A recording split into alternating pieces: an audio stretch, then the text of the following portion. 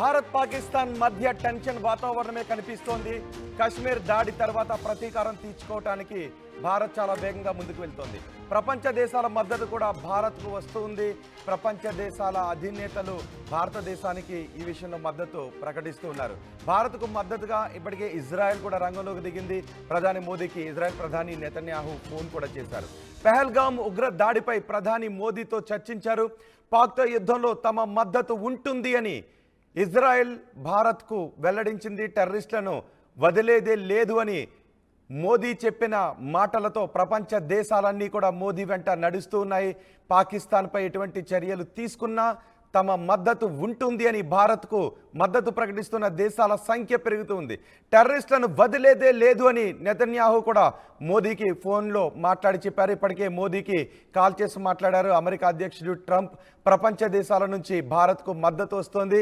ఆయా దేశాధినేతలు ట్వీట్ల రూపంలో కూడా ఎక్స్లో పోస్ట్ చేస్తూ ఉన్నారు తమ మద్దతుని. ఆ విషయాన్ని విదేశాంగ శాఖ అఫీషియల్ ఎక్స్ అకౌంట్లో కూడా పోస్ట్ చేసింది. ఏ దేశాల ప్రతినిధులు, ఏ దేశాల ప్రధానులు, ఏ దేశాల అధినేతలు భారత్ పాకిస్తాన్పై ఉగ్రవాదంపై తీసుకుంటున్న చర్యలకు మద్దతు ప్రకటిస్తుంది. ఇప్పటికే సన్నాహాలన్నీ కూడా చేస్తుంది. యుద్ధ విన్యాసాలు మనం చేస్తూ ఉన్నాం. హై అలర్ట్ కూడా ప్రకటించాం. పాకిస్తాన్పై ఏ క్షణమైన బుద్ధి చెప్పడానికి మన ఆర్మీ రంగంలోకి దిగే అవకాశం ఉంది, మన మిలిటరీ రంగంలోకి దిగే అవకాశం ఉంది. సో ఇప్పుడు ప్రపంచ దేశాలు ఎదురు చూస్తున్నాయి. నిన్న మోదీ బీహార్లో మాట్లాడిన తర్వాత ప్రపంచ దేశాలన్నీ మోదీ ఇప్పుడు ఎటువంటి చర్యలు తీసుకుంటున్నారు అని. ఇప్పటికే భారత్ గతంలో తీసుకున్న నిర్ణయాలను కూడా మనం చూస్తే చాలా సైలెంట్గా బుద్ధి చెప్పిన పరిస్థితి కనిపిస్తోంది.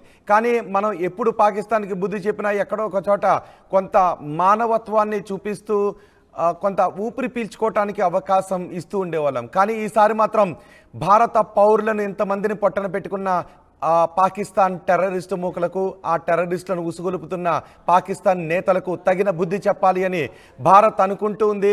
అందుకే భారత్ ఈసారి ఎటువంటి ప్రపంచ దేశాలు ఏ విధంగా కలగజేసుకున్నప్పటికీ పాకిస్తాన్కు బుద్ధి చెప్పే విషయంలో బహుశా వెనకడుగు వేసేదే లేదు. అందుకే భారత్ పాకిస్తాన్కు, పాకిస్తాన్ టెర్రరిస్టులకు ఏ విధంగా బుద్ధి చెబుతుందా అని ప్రపంచ దేశాలు కూడా ఎదురు చూస్తున్నాయి. భారత పౌరులందరూ కూడా ఈ విషయంలో రగిలిపోతూ ఉన్నారు. పాకిస్తాన్కి తగిన బుద్ధి చెప్పడానికి ఇదే సరైన సమయం అని.